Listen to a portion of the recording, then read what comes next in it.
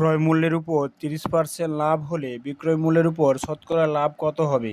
এবার যেহেতু এখানে ক্রয় মূল্যের উপর 30% লাভ আমার দেওয়া আছে, বিক্রয় মূল্যের উপর লাভ বের করতে বলছে, তাহলে কি যদি ক্রয় মূল্য 100 টাকা হয় ধরি, ক্রয় মূল্য ইকুয়াল টু 100 টাকা, তাহলে বিক্রয় মূল্য কত হবে না 30% লাভ যেহেতু বলছে, অতএব বিক্রয় মূল্য 130 টাকা, অতএব লাভ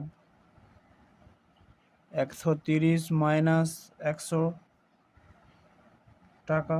লাভের সূত্রে কি হয়? বিক্রয় মূল্য মাইনাস ক্রয় মূল্য বিয়োগ করলে 30 টাকা।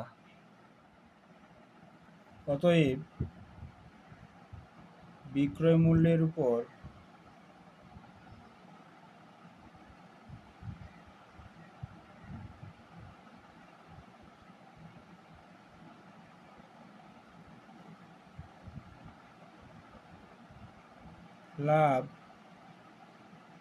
লাভ বাই বিক্রয় মূল্য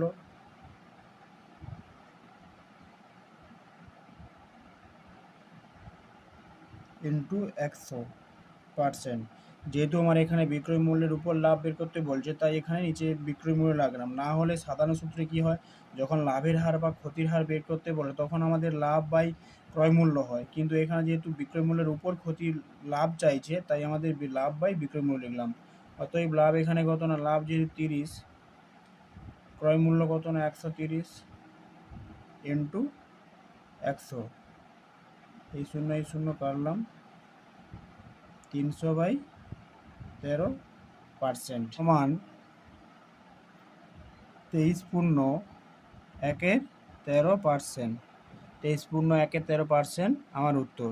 তাহলে আমাদের বিক্রয় মূল্যের উপর শতকরা লাভ কত? 23.1/13%।